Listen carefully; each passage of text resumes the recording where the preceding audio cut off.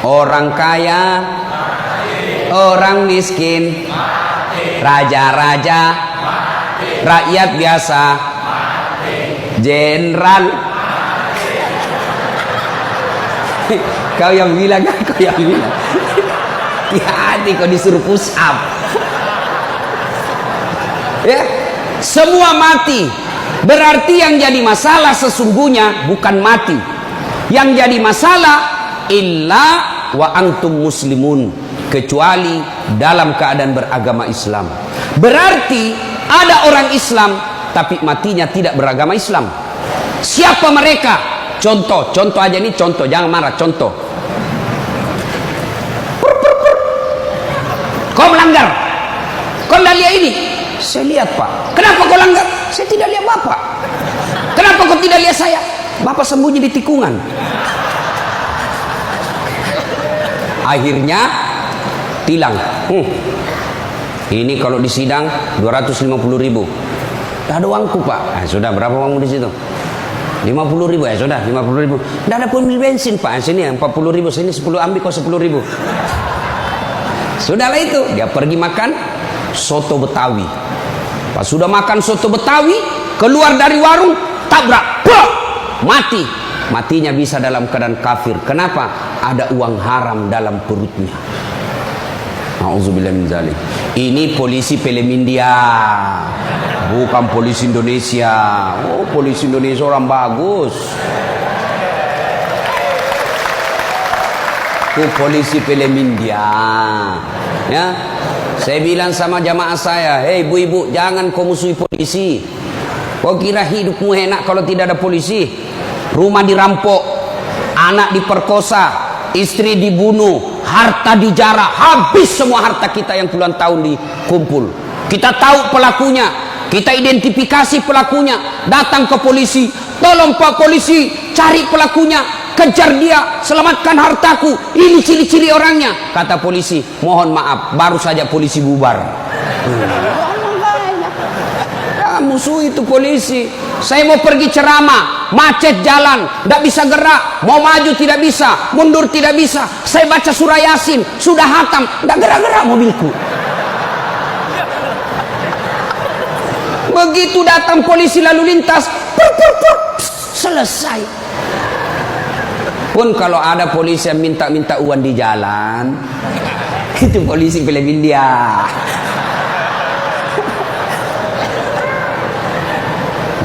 Wa qala idzan Bismillahirrahmanirrahim. Ya ayyuhalladzina amanu dukhulu fis-silmi kaffatan wa la tattabi'u khutuwatis syaitan innahu lakum aduwwum mubin. Wahai orang-orang yang beriman, masuklah engkau ke dalam Islam secara sempurna dan janganlah engkau ikuti langkah-langkah setan, karena sesungguhnya setan itu musuh yang nyata bagi kalian. Musuh kalian bukan polisi, musuh kalian bukan STM, musuh kalian bukan pemerintah, musuh kalian bukan ulama, musuh kalian adalah setan, di mana setan itu musuh yang nyata bagi kalian. Bu-ibu, halo ibu, waktu ibu terima undangan untuk datang pengajian pagi ini, setan kepanasan, setan menggoda, jangan kau datang, lebih baik kau tidur, jangan datang, jangan datang. Itu godaan setan. Alhamdulillah ibu bisa mengalahkan setan di rumah sehingga bisa datang di tempat ini. Apakah bapak-bapak polisi setelah duduk di masjid setan putus asa? Digodanya lagi kita. Tidak usah kau dengar ceramah, tidak usah kau dengar ceramah, pegang HP-mu, pegang HP-mu. Itu setan itu HP bos, setan. Mengalihkan perhatian. Orang ceramahnya. Siaran langsung juga, baru 3 penontonnya, pret. Simpan dulu HP bos, simpan dulu. Sudah dikasih tahu HP itu setan, masih dipegang HP-nya, bukan lagi temannya setan, tapi kau sudah jadi setan cilaka. Woi bu, simpan dulu HP. Woi, ibu-ibu yang pegang HP, saya doakan suaminya kawin lagi. Mau kau? Bos, dengar dulu. Kenapa saya larang siaran langsung ketika saya ceramah? Dengar dulu penjelasan saya, serius. Saya tidak mau kalau saya lagi ceramah ada siaran langsung. Ya, saya ini dokter di bidang komunikasi, spesialisasi komunikasi massa. Saya belajar soal media, Pak, dan saya sekolah sampai ke luar negeri soal media massa. Saya pelajari itu, dokter saya di bidang itu. Setelah saya pelajari, netizen kita di Indonesia, masyarakat dunia maya namanya, itu ada orang cari uang dengan membuli public figure. Ulama tentunya. Kenapa? Ulama banyak followernya. Saya penonton saya 83 juta. Maka kalau dia datang serang saya, maka penonton saya 83 juta itu lari matanya ke channelnya dia dapat duit. Maka dia cari duit dengan cara membuli public figure. Contoh guru kita Abdul Somad. Ustaz, bagaimana hukumnya main catur? Beliau sebenarnya menjelaskan haram apabila azan berkomandan kalian masih main catur, haram. Tapi dipotong, akhirnya marah tukang catur. Saya juga ditanya, Dasat Latif, bagaimana hukumnya main catur? Haram. Kenapa bisa? Karena kau bunuh Perdana Menteri dan Raja. Ya haram lah.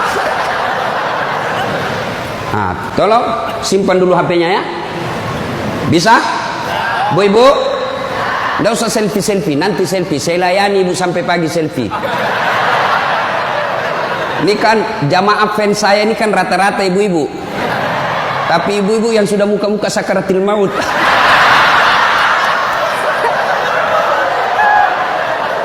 Orang sudah lagi ceramah, selesai ceramah keringatan, capek, dia kejar kita. Ustaz, selfie Ustaz. Saya layani karena kalau tidak dia catat di medsosnya, sombong. Selfie lah dia. Ulangi Ustaz, kabur Ustaz. Ulang lagi Ustaz. Dalam hatiku, biar kulang 10 kali, nah mukamu yang kabur.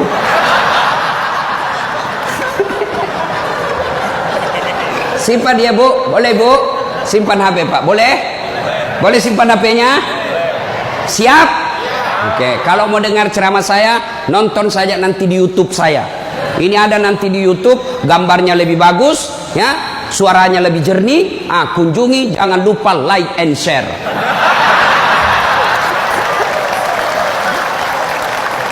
Kita dengerin bapak-bapak, ayo bos. Selawat, jangan mempermalukan jenis kelamin. Ayo. Sholatul yang di atas, ala tohara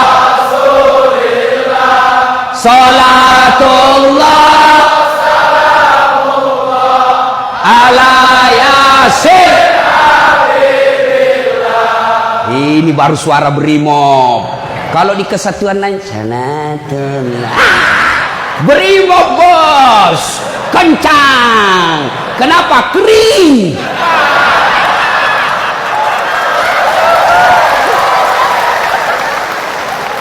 Saya ceramah ini gaspol atau rem-rem? Hah? Serius?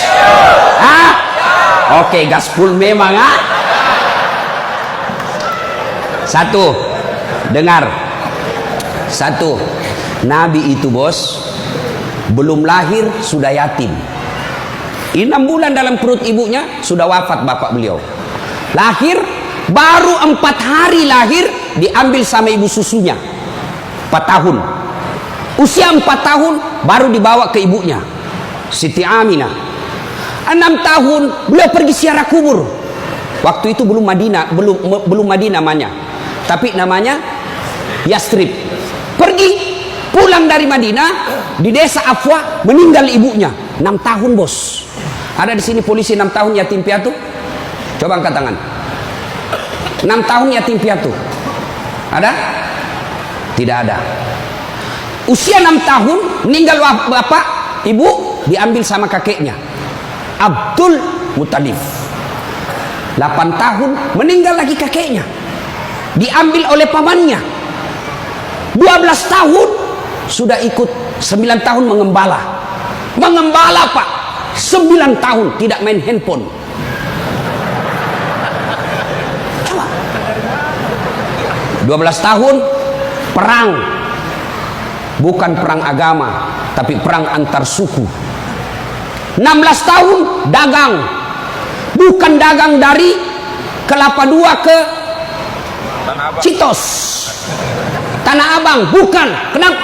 Dari Mekah ke Syria. Bukan naik pesawat, naik onta, padang pasir.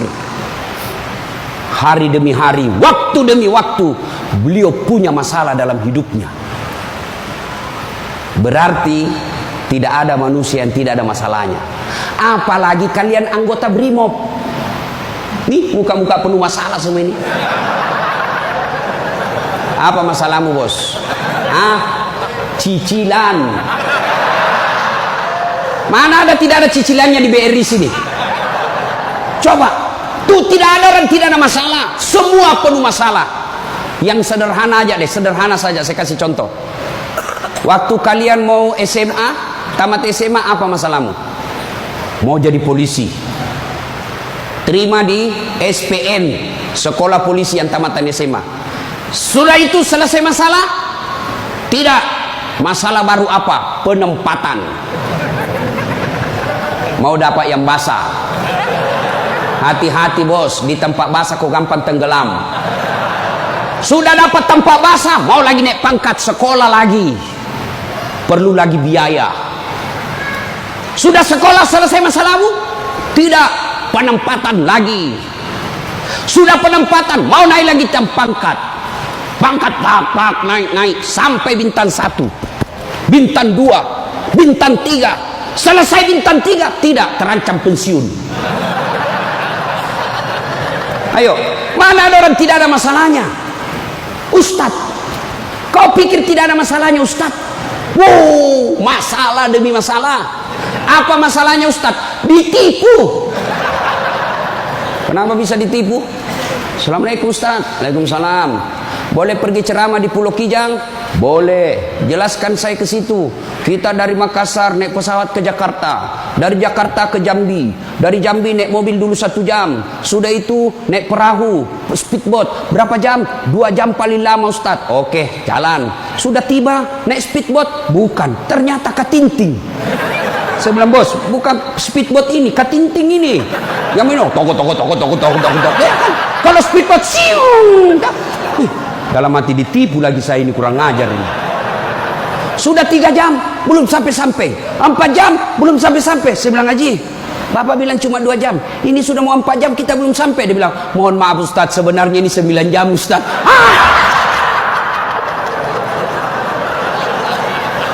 Kenapa Bapak bilang cuma 2 jam? Karena kalau saya bilang 9 jam pasti Ustaz tidak mau terima cara saya. Itu Pak, tidak ada orang tidak ada masalah. Apalagi kalian Barimo. Ini bahasa Bugis. Dia bilang teman saya, Ustaz, kenapa itu orang Bugis kalau bicara selalu ketilam yang G? Oh itu orang Bugis pinggiran. Kalau kami ini Bugis modern.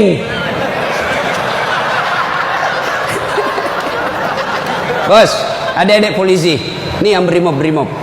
Mana ada tidak ada masalah? Sepertinya dari semua pekerjaan, polisi lah yang paling banyak masalahnya. Kenapa? Masalahnya orang kita urus Pak. Dia yang baku tikam, kita yang repot. Periksa. Ayo, sudah sesuai pasal, datang lagi pimpinan. Atur sedikit itu. Masalah Pak. Mana ada tidak ada masalah? Ibu-ibu yang sederhana, masalah rumah tangga, bapak polisi, istri cantik, bapak pikir bukan masalah. Istri cantik digoda orang, apalagi kalau suaminya jelek. Oh, lebih masalah itu. Berarti bagus kalau istri jelek Ustaz. Istri jelek dihina orang, masalah bos. Kita lagi malu jalan sama dia. Ada undangan pengantin, duluan aja dek, nanti kita ketemu di gedung.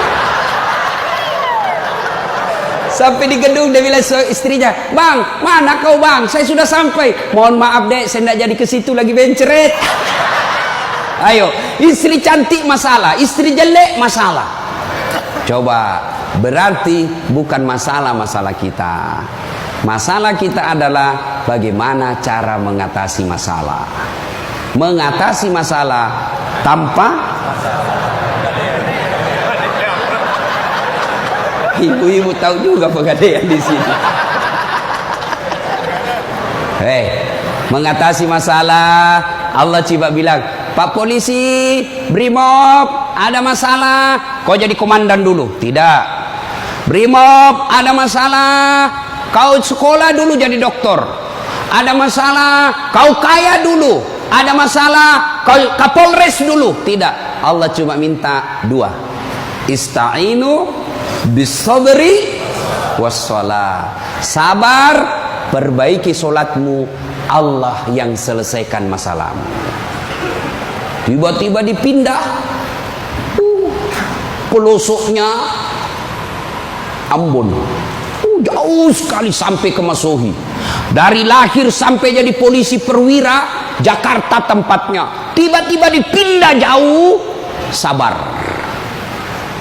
Tidak ada kalah ilmu sabar, bos. Percaya. Apa itu sabar, Ustaz?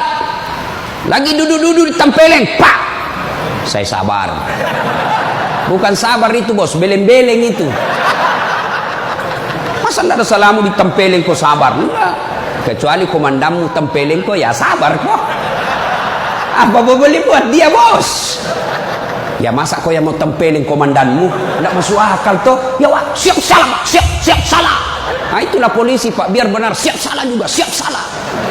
Maka ibu-ibu sayangi suamimu, karena kalau bukan kalian yang sayang suami, bu, siapa lagi? Coba kasihan ini, lihat-lihat ini mukanya. Coba ini. Kalau di depannya komandannya, pak. Makanya jangan jajah suami. Kasihan ini, lihat ini polisi. Tidak ada kalah ilmu sabar. Pak, mau tahu ilmu sabar?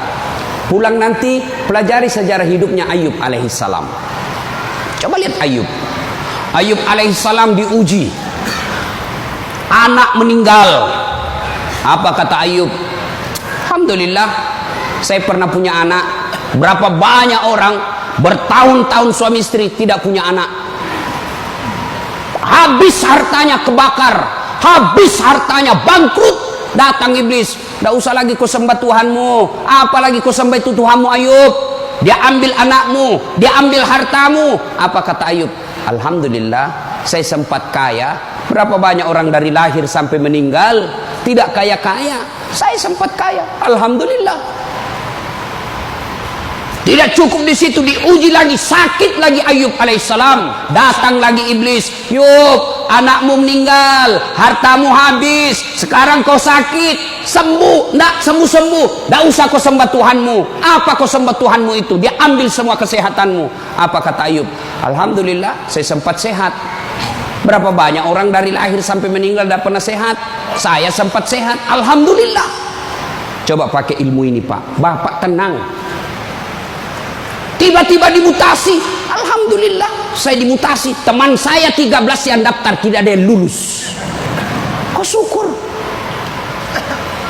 Maka beberapa hari yang lalu saya ketemu dengan nomor satunya polisi, Pak Kapolri, Pak Jenderal Idam Aziz. Beliau katakan, sampaikan kepada aparat kepolisian kalau Ustadz ceramah.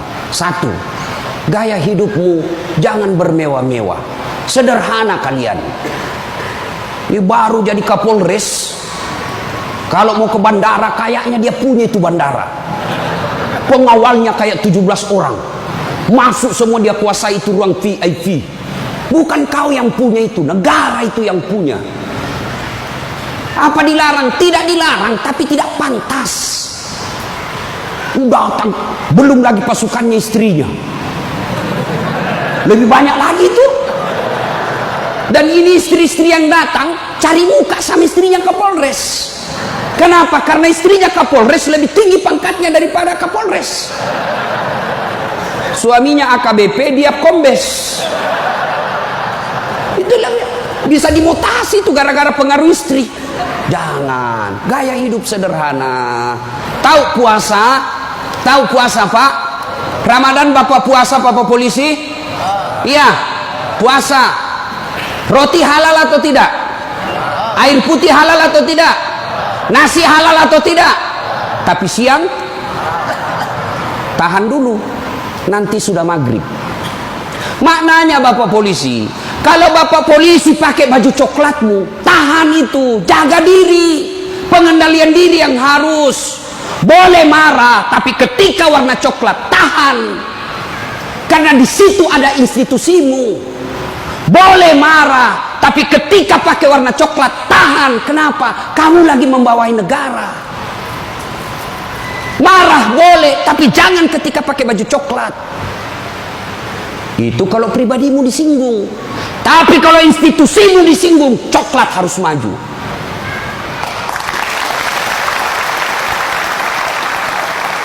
Kalau kamu unjuk rasa, cuma unjuk rasa diludahi, anggap saja itu angin lalu. Biasa bos. Jangankan kalian, komandanmu saja yang jenderal pernah diludahi. Ketika juga seperti pangkat kalian. Ini kamu baru merah satu dilempar. Wah,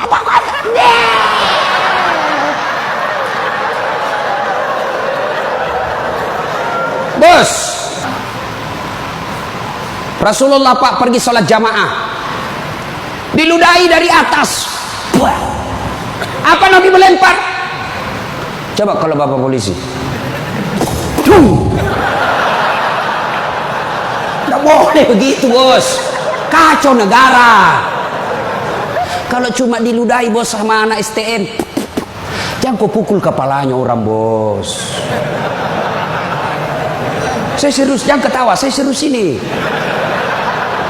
Pak, Bapak kalau menangani unjuk rasa jangan pukul kepalanya orang, Pak, jangan.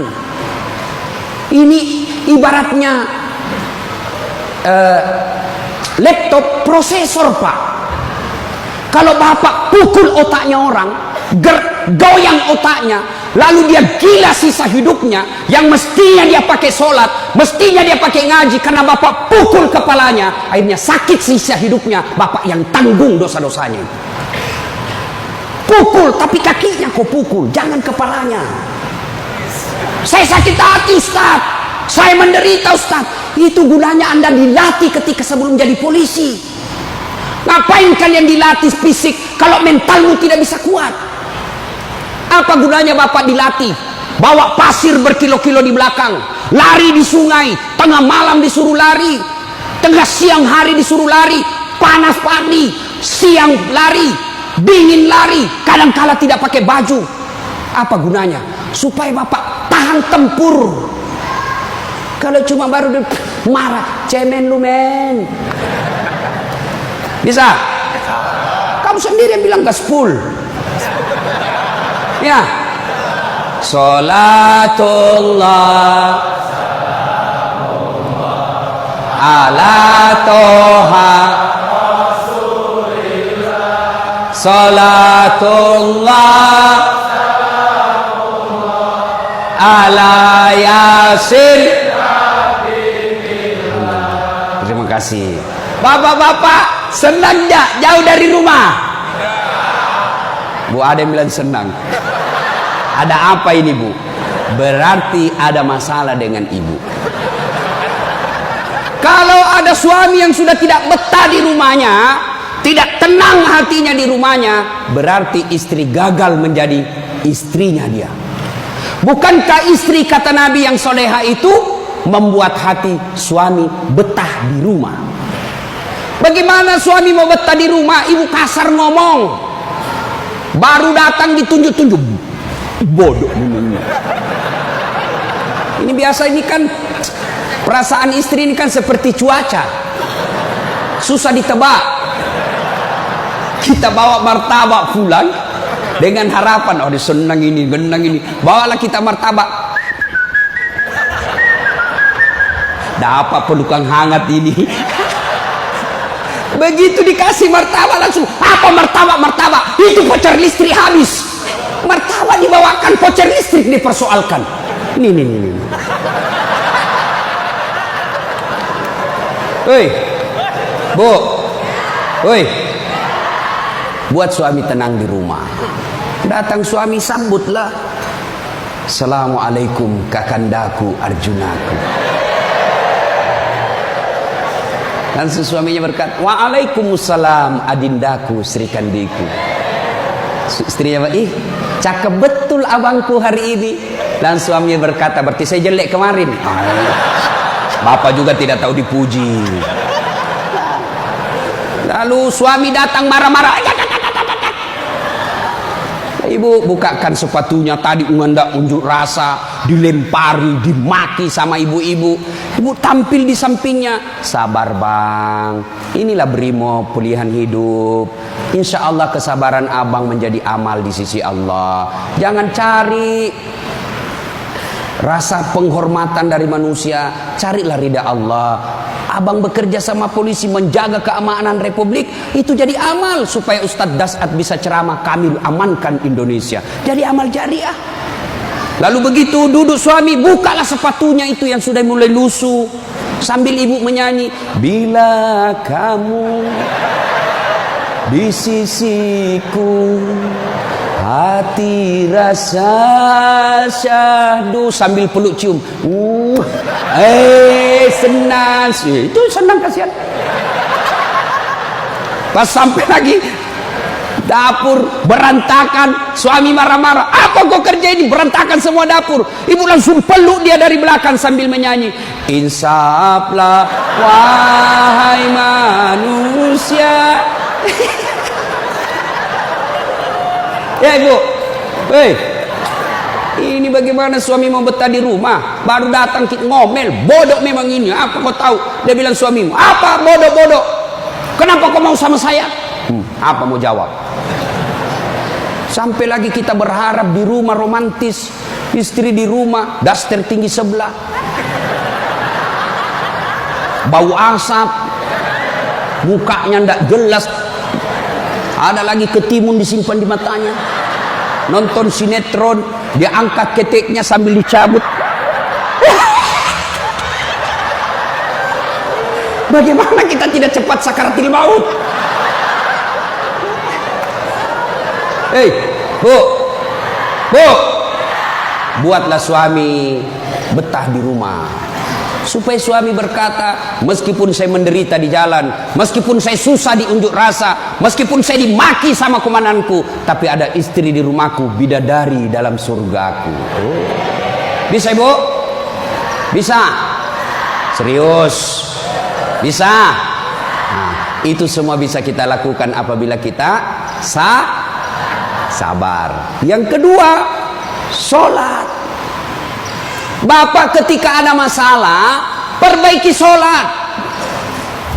Bapak mau jadi Kapolres, mau jadi Danton, mau jadi Kapolda, tidak usah cari muka sama pimpinanmu. Capek cari muka sama manusia. Siap. Tidak laku men. Cari muka kepada Allah. Kerja saja tugasnya seperti profesional. Kata Pak Jenderal tadi, lakukan yang profesional, meningkatkan sumber daya polisi, kirim pendidikan, jaga akhlak, perbaiki attitude. Insya Allah Bapak lakukan itu, Allah yang ngurus pangkat jabatannya Bapak. Kalau Bapak cari muka sama pimpinan, ganti, cari muka lagi yang baru, ganti lagi, cari muka lagi. Lebih baik Bapak perbaiki kerja sebagai polisi, tegakkan aturan dengan kepolisian, jaga harkat dan martabat institusi kita, biar Allah yang jaga kita punya. Sholat Pak. Saya kasih contoh Pak, kalau Bapak dipanggil sama jenderal, ada kan ajudannya jenderal kan? Coba lihat kalau ke jenderal panggil, Pak Dan, komandan panggil, ajudan, itu ajudan biar lagi tidur langsung lompat, siap komandan. Ada kuaci di mulutnya, siap. Kalau perlu dia telan itu kuaci di mulutnya. Ada kira-kira ajudan dipanggil, ajudan, tunggu dulu Pak. Dia injak lehermu bos. Ada bisa. Padahal ini jenderal ada pensiunnya, jenderal ada mutasinya, tapi kenapa kita terlalu takut? Lalu kenapa ketika Allah yang memanggil kita, hayya 'alas shalah, apa kita jawab? Tunggu. Ya sudahlah, kau kata Allah, ya sudah, urus sudah itu dulu. Maka jangan heran 20 tahun Bapak jadi polisi, tidak bisa lepas dari kredit. Kenapa? Bapak nganggap enteng sama yang punya dunia. Saya sholat Ustaz. Betul Bapak sholat, tapi main-main. Allah. Karena budu, iya karena istan.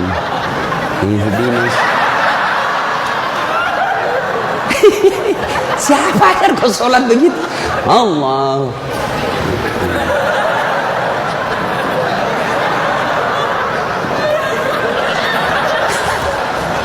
Atau ada ibu-ibu yang tanya saya, Ustaz, bolehkah itu sholat tidak pakai BH?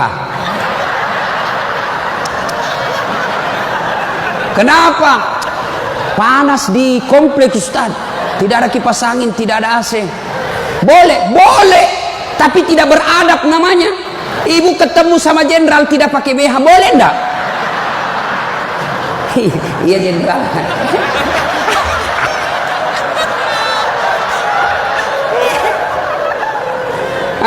Maka jangan heran Bapak bertahun-tahun sholat tidak bisa baik hidupnya. Kenapa?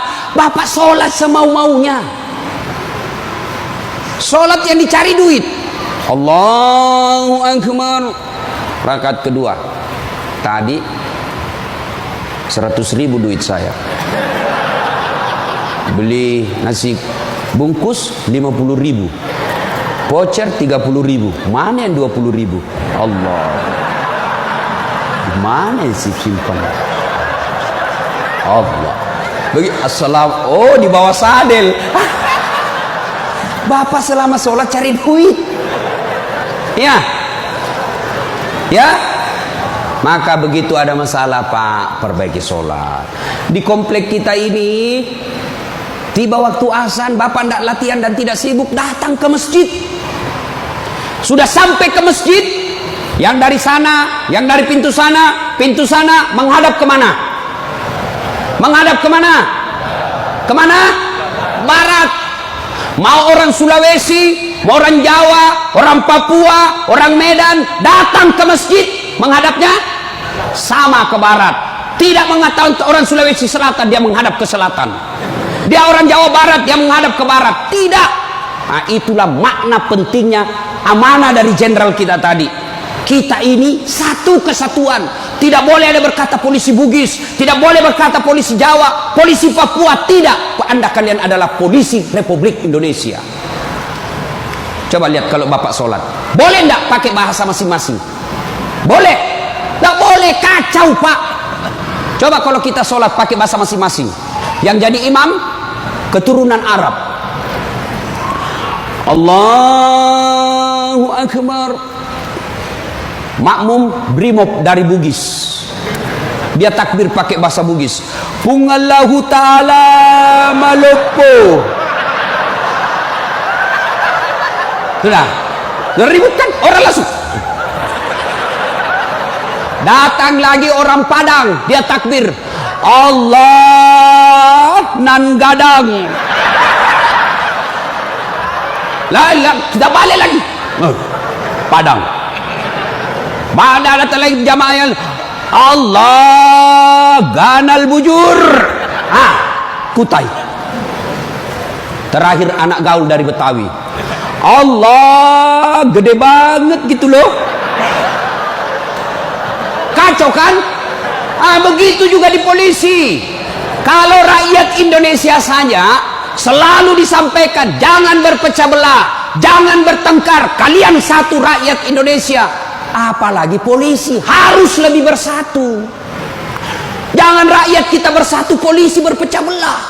Oh kami brimob, oh kami Kopassus Densus, oh kami Kegana. Enggak, kalian adalah polisi rakyat Indonesia. Bagaimana agar muncul persaudaraan? Kata Nabi, umatku itu, polisi itu kalau diaplikasikan dalam polisi itu seperti badan ini. Coba lihat badan kita Pak, satu sakit yang lain ikut merasakan. Tangan kanan gatal tanpa disuruh kiri yang garuk, tangan kiri yang gatal tanpa diundang kanan yang garuk. Gatal dua-duanya kerjasama. Begitu kalian jadi brimob, begitu kalian jadi polisi. Coba ada anak muda lagi jalan malam-malam, tahan tuh kakinya, kaki tahan tuh, semua ikut merasakan. Pertama yang bereaksi mulut,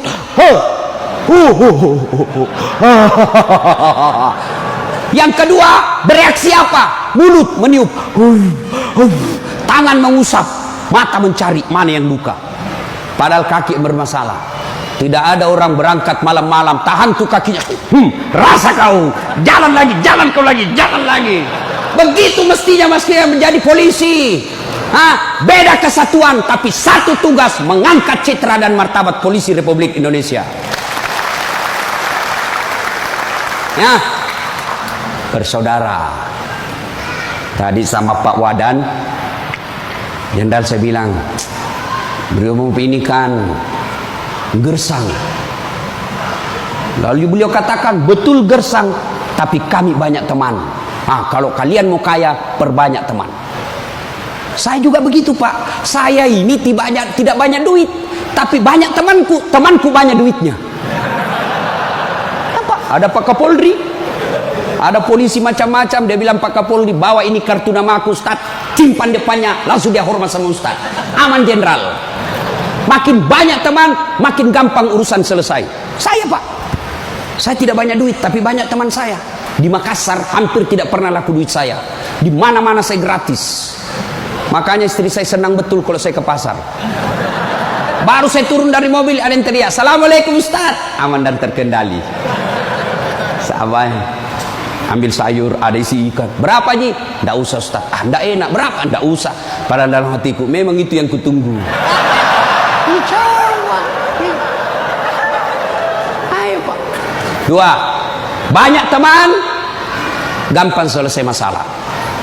Saya pergi perpanjangan SIM di Polres. Baru saya turun dari mobil, keluar Kapolres. Assalamualaikum Ustaz. Siap Komandan. Ada apa ini Ustaz? Perpanjangan SIM. Panggil Kasat Lantas. Bantu ya, selesaikan cepat. Jangan kau minta uangnya Ustaz. Dosa uang Ustaz kau makan.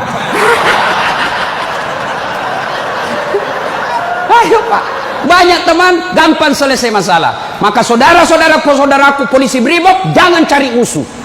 Kalau pribadi kalian yang dihina, selama kalian tidak terancam jiwamu, pasrahkan dirimu sebagai aparat kepolisian, insya Allah kesabaranmu menjadi amal di sisi Allah. Kecuali jiwamu sudah terancam, maka silahkan lakukan apa yang diajarkan oleh protap organisasi kalian. Bisa? Berikutnya, cintai keluarga. Ini pesannya Pak Kapolri. Sederhana dalam hidup. Syukuri diri sebagai anggota polisi. Ini perlu saya ulang lagi. Bapak-bapak ini harus bersyukur sebagai orang polisi, anggota kepolisian Republik Indonesia. Kenapa bisa Ustaz? Saya kasih contoh. Bapak-bapak, halo Pak polisi, boleh enggak pakai songkok begini? Boleh. Boleh, malah dicintai rakyat kalau Bapak polisi jalan pakai songkok. Boleh Bapak pakai gamis seperti ini? Boleh. Boleh pakai serban? Boleh. Tapi boleh enggak das atletik pakai bajunya komandan? Pak Jenderal, ditangkap saya Pak, polisi gadungan. Maka syukuri bajunya Bapak. Ini tidak semua orang bisa pakai bajunya Bapak coklat itu. Maka syukuri dengan cara apa?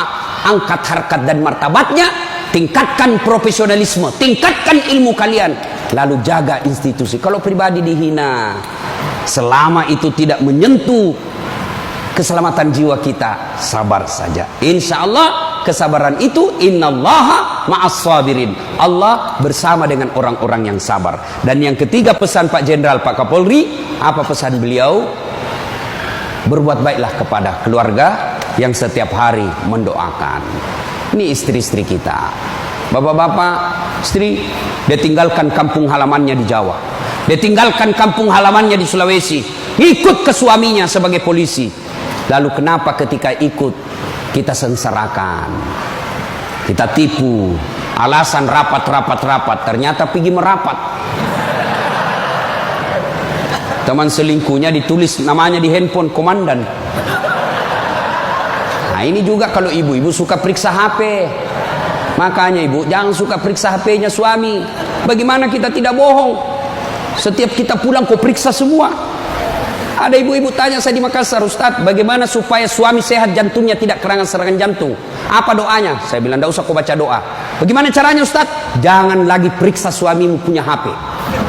Semakin sering kau periksa, makin tekanan jantung dia. Apalagi kalau dia lupa pasang passwordnya. Sampai ada kemarin di warung kopi curhat sama saya, Ustaz. Ternyata itu handphone berpengaruh terhadap tingkat kehusuan salat. Gimana caranya? Saya lagi takbir, Ustaz, baru takbir pertama, rakaat pertama, Allahu Akbar. Bunyi handphone saya. Dan itu ada istriku di samping, Ustaz. Baru rakaat pertama, masih 3 rakaat ini, Ustaz. Mati didapat, diangkat istriku, mati tidak bisa husu. Istrinya langsung ngomong dari samping, ya sudah lanjutkan saja, husu saja, saya tidak angkat ini HP-mu.